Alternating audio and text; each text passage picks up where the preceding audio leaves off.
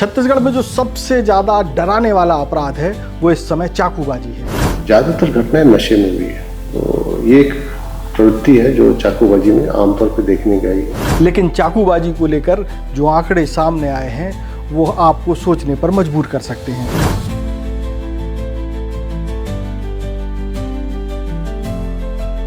ये ऐसे आंकड़े हैं जिससे ये साफ हो जाएगा कि पुलिस पर आप चाहे कितना भी दबाव बना लें, लेकिन समस्या की जड़ कहीं और है। उस व्यक्ति का 25 रिकॉर्ड है, 25 बार चाकूबाजी किया, एक ही दिन में 6 बार चाकूबाजी करने का रिकॉर्ड है। सोशल मीडिया पर डॉन बनने का जुनून जो है वो एक अलग बात है, लेकिन एक जो पैटर्न दिखाई दे रहा है वो बहुत ही सोचने पर मजबूर करता है और इस बात की ओर भी इशारा करता है कि परिवार और समाज को थोड़ा सा बच्चों पर ध्यान देने की ज़रूरत है।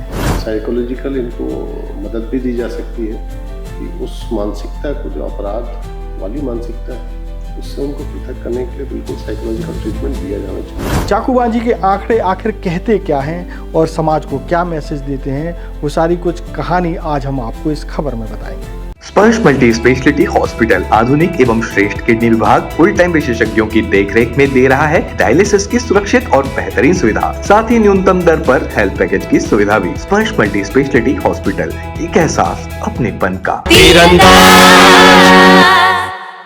नमस्कार, मैं हूं मयंक चतुर्वेदी और आप तीरंदाज देख रहे हैं। छत्तीसगढ़ की सबसे बड़ी जो समस्या है या सबसे डरावना जो अपराध है वो इस समय चाकूबाजी है।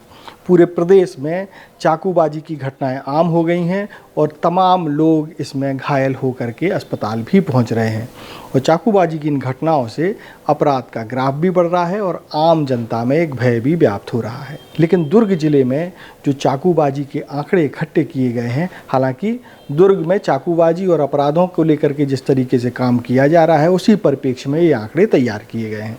इन आंकड़ों से एक बहुत ही हैरान करने वाली तस्वीर सामने आती है और इस बात की ओर भी इशारा करती है कि जब तक हम समाज में या परिवार में थोड़ा सा सख्ती नहीं बरतेंगे तब तक इस तरीके के अपराधों पर रोक लगना असंभव ही होगा। चाहे पुलिस लगा ली जाए, चाहे मिलिट्री लगा ली जाए, चाहे CBI बिठा दी जाए, चाहे कोई भी जो है जांच एजेंसी बिठा दी जाए, कोई भी खुफिया तंत्र बिठा दिया जाए, बहुत ज़्यादा लाभ नहीं होने वाला है। उसकी एक वजह है। वजह ये है कि ये जो आंकड़े आए हैं, जो हम आपको स्क्रीन पर भी दिखा रहे हैं, ये पिछले साल के यानी 2025 और अब तक के 26 तक के आंकड़े हैं, केवल दुर्ग जिले के। इसमें एक हैरान करने वाली बात यह है कि 90% चाकूबाजी की घटनाओं में शामिल जो युवक हैं वो 25 साल से कम उम्र के हैं। कई तो ऐसे हैं जिनकी उम्र महज 14-15 साल है और इनकी संख्या अब धीरे धीरे बढ़ती हुई दिखाई दे रही है। ये इस बात का प्रतीक है कि छोटे बच्चों में यानी कि किशोर अवस्था में जिस तरीके से दोस्ती यारी में एक जुनून सवार होता है कि हम डॉन बनेंगे या हम कुछ अपराध करेंगे, हम बहुत समाज के बहुत ताकतवर व्यक्ति हैं, हमारा एक वर्चस्व होना चाहिए, वो जुनून जो है युवाओं को, खासतौर पर किशोरों को अपराध की ओर धकेल रहा है। कुछ ऐसे मामले भी हैं जिनमें वयस्क लोगों के साथ शामिल किशोरों ने ज़्यादा क्रूरता दिखाई और इस क्रूरता के कारण एक बड़ा आपराधिक घटनाक्रम हो गया। ये जो आंकड़े हैं इनसे ये बात तो स्पष्ट हो गई है कि हमें परिवार में बच्चों पर विशेष ध्यान देना होगा, खासतौर पर किशोर बच्चों पर, कि वो क्या कर रहे हैं, किसके साथ उठ रहे हैं, किसके साथ बैठ रहे हैं, किसकी संगति में वो क्या कुछ कर रहे हैं, इस पर ध्यान देने की बेहद ज़रूरत है। अगर इन सब चीज़ों पर ध्यान नहीं दिया गया तो आने वाले समय में और मुश्किलात दिखाई दे सकती है। सबसे बड़ी चीज़ जो सोशल मीडिया पर जो पैटर्न चला है इस समय चाकू लहराने का, जिसमें तमाम अब लड़कियां भी दिखाई दे रही हैं जिन पर समय समय पर कार्रवाई भी की जा रही है, उनसे भी अब ऐसा लगता है कि जो चाकूबाजी और जो गुंडागिर्दी की जो आदत अधिकतर जो युवाओं में दिखाई देती थी अब वो लड़कियों में भी दिखाई दे रही है। इस पूरे मामले में दुर्ग के SSP विजय अग्रवाल जी से जब बात की गई तो बहुत कुछ ऐसी हैरान करने वाली चीज़ें पता चली जो आपको जानना बेहद ज़रूरी है, ताकि आप अपने परिवार के सदस्यों, अपने पहचान वालों को ऐसे आपराधिक गिरोहों से दूर रख पाएँ जो आपके बच्चों को अपराध के ऐसे दलदल में धकेल सकते हैं जिससे निकलना काफ़ी मुश्किल साबित हो सकता है। छत्तीसगढ़ में इन दिनों एक सबसे बड़ी सामाजिक समस्या कह लीजिए, चाहे आपराधिक जगत से जुड़ी हुई समस्या के लिए, जो और वो है चाकूबाजी।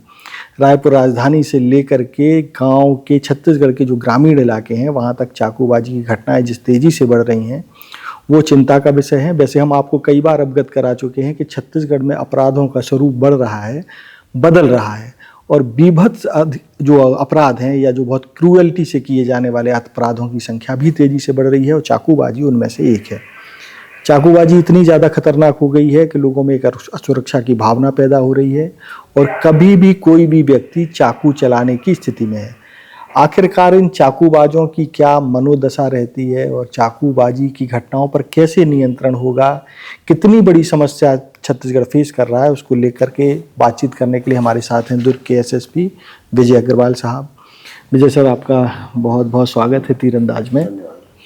सर, चाकूबाजी छत्तीसगढ़ अभी तक बहुत ही शांत प्रदेश माना जाता रहा है। अचानक से ऐसा क्या हुआ कि छत्तीसगढ़ में दुर्ग सहित पूरे प्रदेश में, रायपुर राजधानी तो लोगों ने कहा कि चाकूधानी भी बन गया है, इस टाइप की बातें अब सामने हो रही हैं। वास्तव में चाकूबाजी की बढ़ती हुई घटनाओं के पीछे आप क्या देखते हैं? अगर आप चाकूबाजी के कारणों की ओर जाए तो ज़्यादातर जो नाबालिग वर्ग है या फिर जो अभी जस्ट नाबालिग से बालिग हुआ है, इन वर्गों में ये घटनाएं ज़्यादा हुई, इनके द्वारा की गई है और ज़्यादातर घटनाएं नशे में हुई है। तो ये एक प्रवृत्ति है जो चाकूबाजी में आमतौर पर देखने गई है और इसी वजह से कई बार दिक्कतें भी जाती है क्योंकि नाबालिगों के कानून अलग है और हमें हर स्तर पर उनका पालन करना होता है। अभी पिछले दिनों भी एक उप सरपंच हैं जो पहले सरपंच भी रहे हैं, उनकी हत्या का मामला बड़ा सामने आया। उसके बारे में जो पता चला वो बहुत ही हैरान करने वाला है कि जो 4 लड़के थे उसमें 3 नाबालिग थे, 1 बालिग था और जिसने चाकू चलाया वो सबसे कम उम्र का था। इस घटनाक्रम को आप किस तरीके से देखते हैं? ये घटनाक्रम बहुत चिंतनीय है क्योंकि वो तीनों लड़के जो नाबालिग थे वो शराब के नशे में थे। उन्होंने 2 बार शराब पी थी। उस घटनाक्रम में जो चाकू था वो भी ऑनलाइन मंगाया गया था और जो तीनों लड़के थे उसमें जो सबसे कम उम्र का बालक था उसने इस घटना को कारित किया था क्योंकि उप सरपंच द्वारा उनको वो जो लूट कर रहे थे तो ये उप सरपंच ने रजिस्टर किया था, इसलिए उसने हिट किया था उसको। इस पूरी मानसिकता के पीछे अपराध जैसी मानसिकता है या कुछ और साइकोलॉजिकल ट्रीटमेंट इसका होना चाहिए? ऐसा लगता है कि लोग एक डॉन बनने की प्रवृत्ति एक बड़ी है। निश्चित रूप से सोशल मीडिया और कई सारे OTT प्लेटफॉर्म्स पे वेब सीरीज के जरिए जिस तरह से अपराधों को महिमा मंडन किया जाता है, कहीं ना कहीं वो स्टूडेंट्स के और नाबालिग के साइक पे बहुत असर करता है और ख़ास तौर से नशा करने के बाद आपका विवेक ख़त्म हो जाता है और ये घटनाएं उन्हीं का परिणति है। अच्छा, 2 चीज़ें आती हैं, कोई घटनाक्रम हो जाता है तो फिर जो समाज रिएक्ट करता है या कुछ संगठन रिएक्ट करते हैं, वो पुलिस के लिए कितनी बड़ी चुनौती बन जाते हैं। लॉ एंड ऑर्डर जिसको कहते हैं हम लोग, लोगों में तात्कालिक आक्रोश तो रहता ही है और परिजनों में, खास तौर से ग्रामीणों में भी कई बार इस तरह के जो प्रदर्शन होते हैं उससे विवेचना भी प्रभावित होती है क्योंकि अल्टीमेटली वही CSP, वही एडिशनल SP अगर अपराधों की विवेचना में, आरोपियों को पकड़ने में और साक्ष्य एकत्रीकरण में लगते हैं और तुरंत लगते हैं तो वो विवेचना की क्वालिटी बेहतर होती है और जब लॉ एंड ऑर्डर में उलझ जाते हैं तो जो समय लैप्स होता है वापस नहीं आ सकता।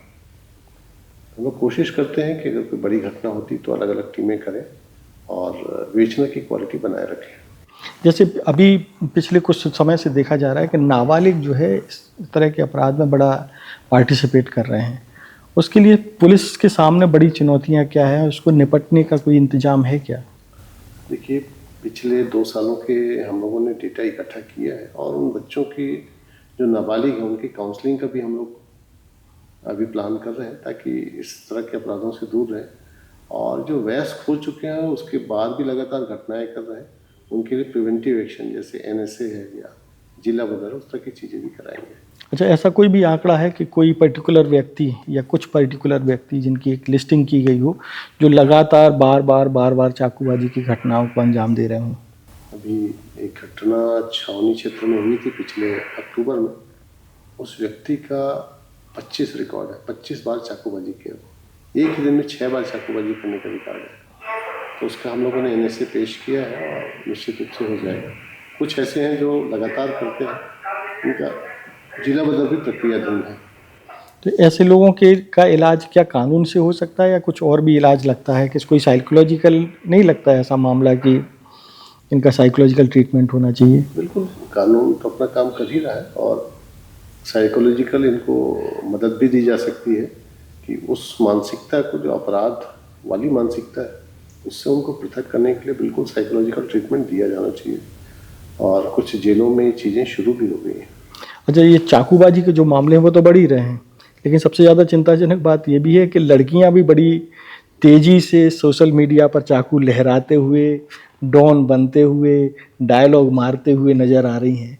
तो क्या लगता है कि ऐसा क्यों हो रहा है और इनका इलाज क्या है? देखिए, समाज में आपराधिक तत्वों का अगर सोशल मीडिया के जरिए महिमा मंडन होगा तो ये न सिर्फ पुरुषों तक सीमित रहेगा बल्कि हर वर्ग के लोगों तक ये चीज़ें जाएंगी। तो शुरुआत तो वहीं से करनी पड़ेगी कि इस तरह के आपराधिक तत्वों के कितना महिमा मंडन करना है, उस पर ज़रूर विचार होना चाहिए और ये चीज़ें असर करती हैं। दुर्ग जिले में करीब कितने होंगे महिला चाकूबाज या लड़कियां? 6-7 मामले हुए हैं पिछले 1.5-2 साल में 6-7 मामले हुए हैं, जिसमें जो आरोपियां हैं वो महिला है या लड़की हैं। महिला या इनके लिए कोई अलग से कोई ट्रीटमेंट? इनके लिए अलग से जैसे जेल है या कानून तो सबके लिए बराबर है और माननीय न्यायालय के समक्ष प्रस्तुत करते हैं। अगर वो न्यायिक अभिरक्षा में भेजते हैं तो अलग से जेल है, वहाँ पे उनको भेजा जाता है। उनका अलग से जो भी उनका SOP है उसके मुताबिक रखा जाता है। 2 तरह की चीज़ें हैं, एक तो वो जो अपराध कर चुके चाकूबाजी का, और एक वो जो सोशल मीडिया पर उसका प्रदर्शन कर रहे हैं। तो क्या ऐसा नहीं लगता है कि पुलिस को सोशल मीडिया पर ज़्यादा फोकस कर देना चाहिए, क्योंकि शुरुआत वहीं से हो रही है प्रदर्शन की? सोशल मीडिया निगरानी सेल जो इस तरह के जितने भी वीडियो इंस्टाग्राम या रील में डलते हैं उसको ऑब्जर्व करती है और उनके नंबर्स डिटेक्ट करके फिर उनकी काउंसलिंग भी की जाती है। नाबालिग है उनको काउंसलिंग की जाती है और बालिग है उस पर कानूनी कार्रवाई की जाती है। अभी तक ऐसे कुछ मामले हुए हैं क्या? लगभग 70 से 80 इस तरह के मामले हो चुके हैं। 70 से 80 ऐसे मामले हो चुके हैं जिसमें सोशल मीडिया के जरिए हम लोगों ने फैच करके आगे कार्रवाई की। तो आने वाले समय में इन लोगों के लिए क्या मैसेज है जो चाकू लेकर के या हथियार लेकर के डॉन बनने की कोशिश कर रहे हैं? उनके लिए आपका क्या मैसेज है? क्या एक बहुत अच्छा कर रहे हैं या इनकी गति क्या होगी आने वाले समय में? आने वाले समय में और भी सख्ती करेंगे और न सिर्फ कानूनी दृष्टि से बल्कि उनकी काउंसलिंग भी करेंगे। कुछ हो सकता है काउंसलिंग से वापस भी आ जाए तो उस दिशा में भी काम करेगा। सोशल मीडिया पे जैसा आपने बताया उस पर पुलिस की नज़र और बारीक रहेगी और किसी भी तरह से वायलेशन पे पुलिस कार्रवाई करेगी। तो ये थे विजय अग्रवाल जी, SSP दुर्ग। चाकूबाजी की बढ़ती घटनाएं जो चिंताजनक बनी हुई हैं, चिंता पैदा करने वाली बनी हुई हैं, उन पर अब पुलिस और सख्ती बरतेगी, ऐसा SSP साहब का कहना है। देश और दुनिया की ताज़ा तरीन खबरों से जुड़े रहने के लिए आप तीरंदाज को सब्सक्राइब करना बिल्कुल मत भूलिएगा। बेल आइकन को जरूर प्रेस कर लीजिएगा और अगर आप हमारे इस वीडियो को हमारे फेसबुक पेज पर देख रहे हैं तो कृपया करके उसे भी फॉलो कर लें। नमस्कार। खुश है तो फिर खुशी मना ले, छोटा बड़ा केक मंगा ले। संगम में मिलता है बढ़िया केक, संगम में मिलता है बढ़िया केक। तीरंदाज।